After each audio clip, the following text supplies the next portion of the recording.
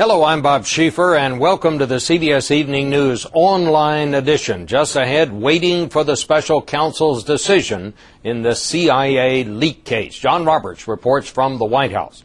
Also, 5 Israelis are dead in the suicide bombing of an open-air market. David Hawkins with details on that.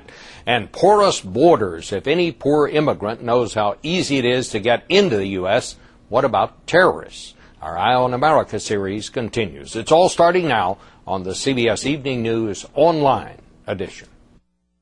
Well, it's coming down to a waiting game. Will the federal prosecutor investigating who blew the cover of that secret agent for the CIA indict some top White House officials, or won't he? That is the question that is consuming Washington tonight, and only the prosecutor himself really knows. Our White House correspondent John Roberts is tracking the developments for us, and for the latest, we're going first to him. President Bush sent a message of business as usual today, taking a very visible walk with congressional Republicans. Later, he ignored questions about whether his staff is prepared for indictments. Sir, do you check with your staff prepared at all for the indictment?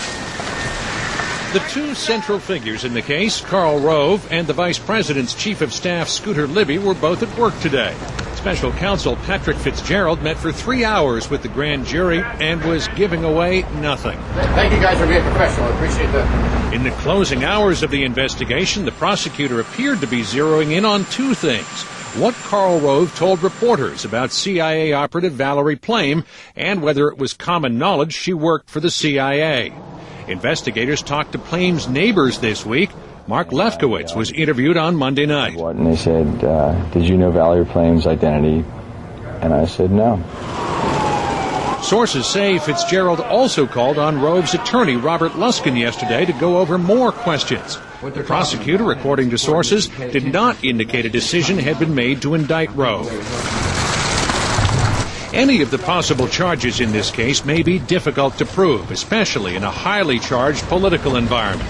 People who know Fitzgerald, like Robert Ray, who investigated the Clinton White House, say he won't bring indictments without a strong case. It will only be if he is firmly convinced that he can present a case with a substantial likelihood of obtaining a conviction will he bring a charge against any individual or individuals. In a rather intriguing development, Fitzgerald met at length today with the judge presiding over the grand jury. Apparently, he was not asking for an extension of his investigation, so people tonight are left to wonder, was he seeking sealed indictments, or is it something else altogether? Bob?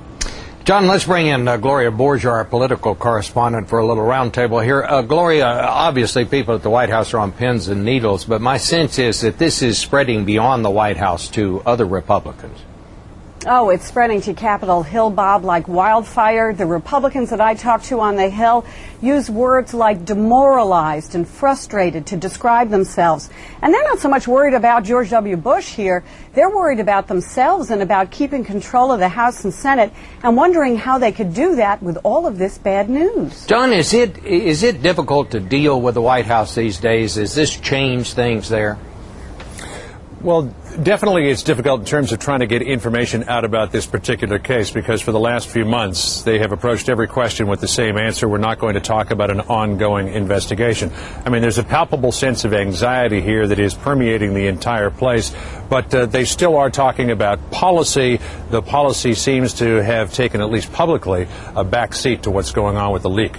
Well, I think one thing that's going on here, Gloria, it seems to me that for the first time this Harriet Miers nomination may be in some trouble up at the Capitol. What do you think about that?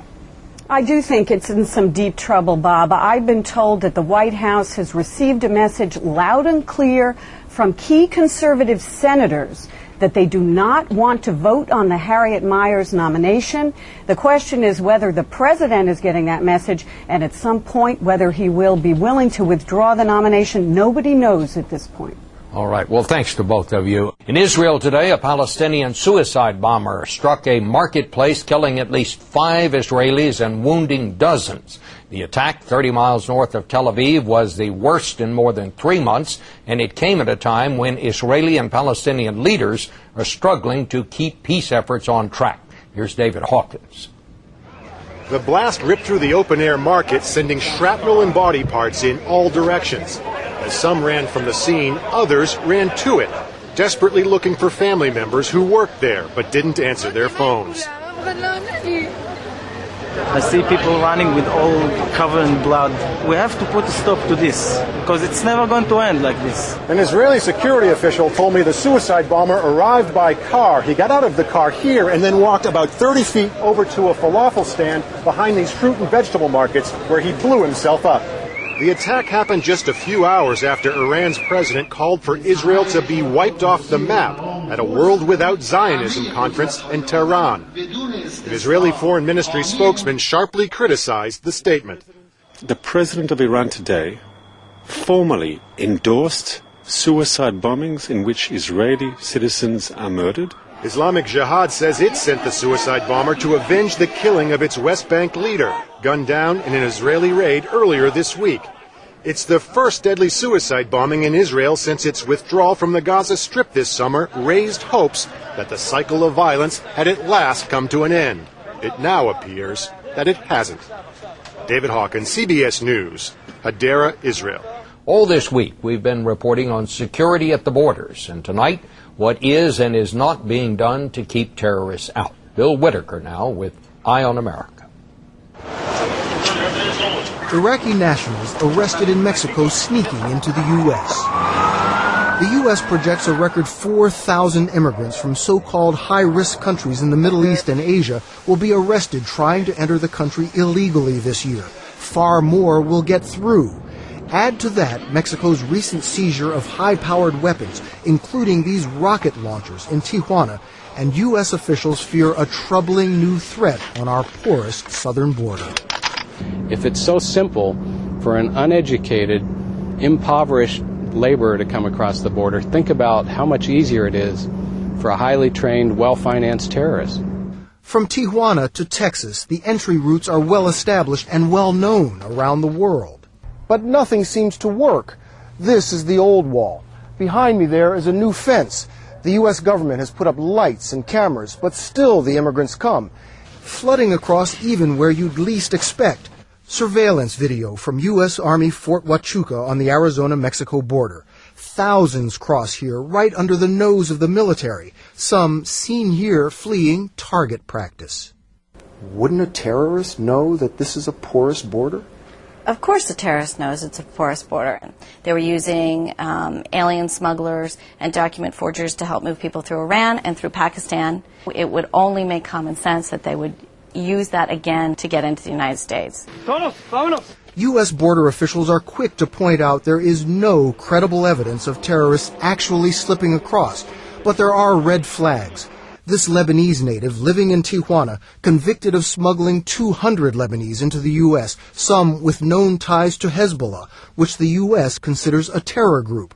On a visit to the Arizona border, Colorado Congressman Tom Tancredo got a first-hand look at smuggling routes. We found the Quran, we found copies of the Quran, we have found prayer rugs, we have found a lot of stuff written in Arabic. I mean, it's not just people from Mexico coming across the Mexican border. And now this. After shutting down more than 30 drug tunnels under the Mexican border, authorities recently discovered this one, the first ever under the Canadian border. That tunnel could be used to smuggle aliens into the U.S. It could be used to smuggle equipment into the U.S. For those who could do harm to the United States. I mean, I don't want people to stay up at night and not sleep, but I want them to wake up to the fact that our borders are wide open. And America's enemies know it. In Tijuana, this is Bill Whitaker for Eye on America. More stories are just a click away, but don't forget to join me on television for the on-air edition of the CBS Evening News. On Thursday's broadcast, why would an official of Mexican descent want to throw thousands of Mexican farm workers out of his state?